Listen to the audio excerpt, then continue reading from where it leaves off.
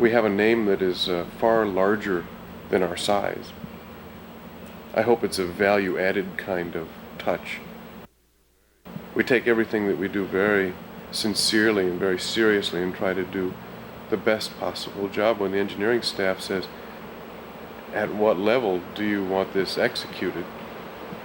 The answer has always been the same. Do the best possible job that you can do. Let the cost fall where it may, and I assure you will find other people who will buy the product at that price and appreciate, the work that went into it. The history of any great product is because someone took that attitude. There are no great products in which the customer didn't feel that there was good value received. I think that's where the satisfaction comes in. There are very few people who can say, we produce the real item, the genuine article. It does what we say it does. It does what you expect it to do. You can talk to the people who made it. It's not some anonymous bunch. They really care about it. Other people recognize it, and it becomes a standard.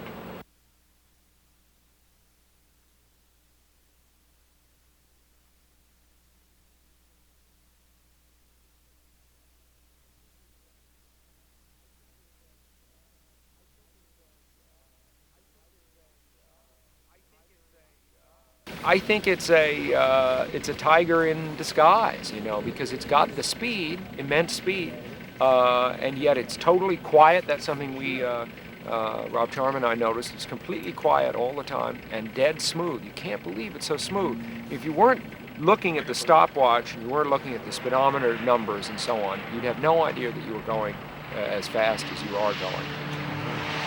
Anyway, that's so far. Now maybe we get to pushing it really hard, we'll feel differently. I don't know. But right now, we're liking it. As we drive around a couple of laps, let me tell you a little bit about the car, because obviously it isn't every day that you drive a car like this. We're going to wave a racing car by here. And that's an interesting distinction. Wave a racing car by. This is halfway to being a racing car.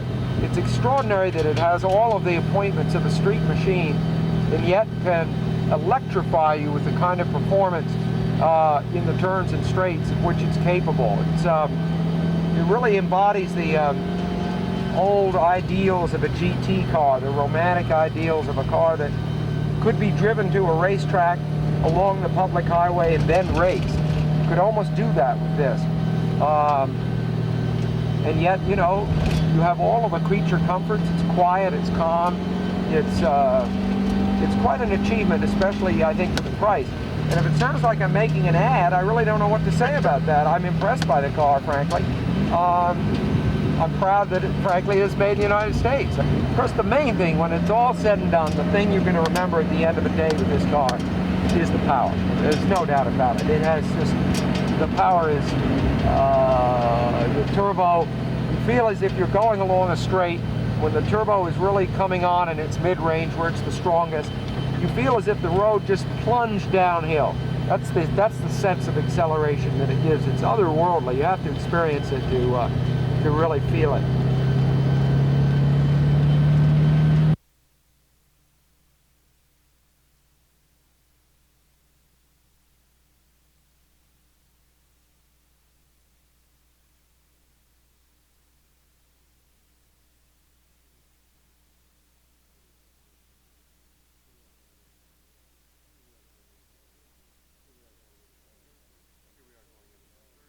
Here we are going into the third year of production, which means that you've now got a very refined piece, both from Corvette's point of view and from our point of view.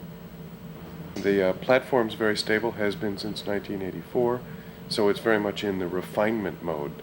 Every year that the car comes out, the details are getting better and better and better.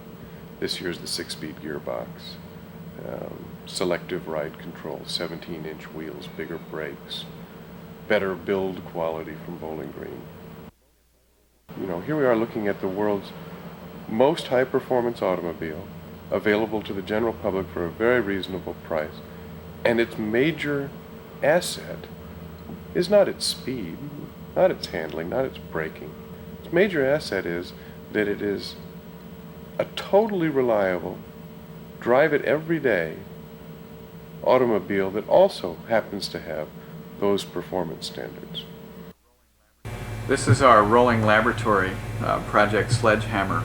This particular body kit was tested in the real world at 254.76 miles per hour. It's a very functional styling exercise. We're concerned about lift, we're concerned about drag, and obviously we're concerned about styling.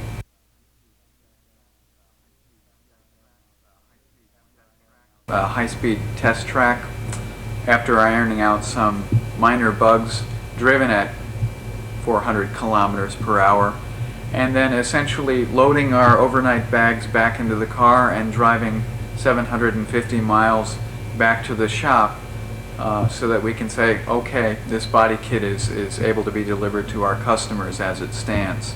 It's the way that we go about developing things at Callaway.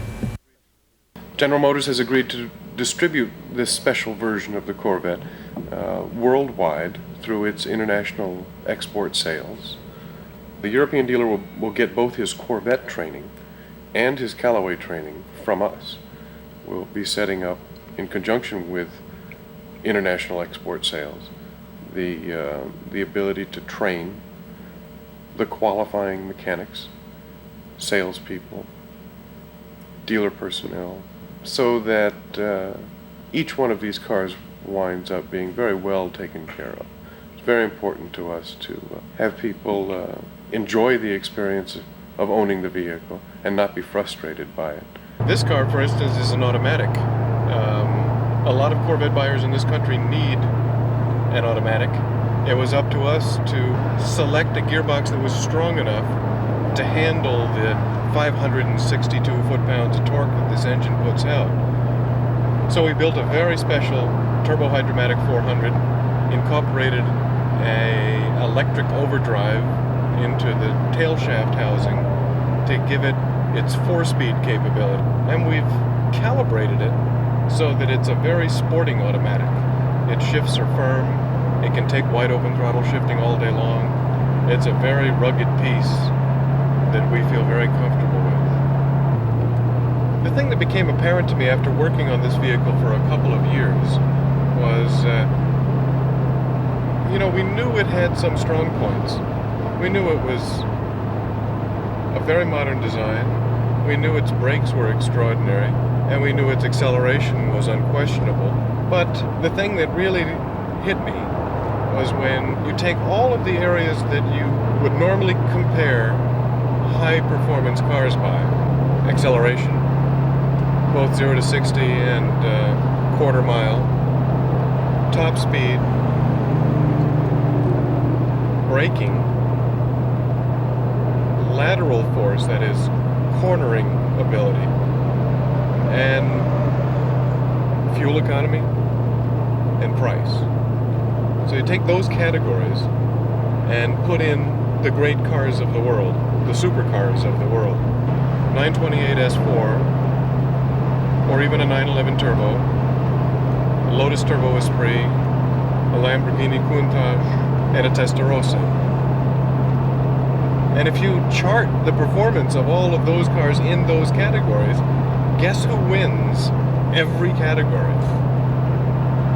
That's what knocked me out, was here we have a $70,000 vehicle that wins all of those categories, does it with great fuel economy, does it with an outstanding warranty, and does it with extreme reliability. This is not a finicky automobile. This retains the virtues of being a Chevrolet and adds the virtues of being worked on by a specialist.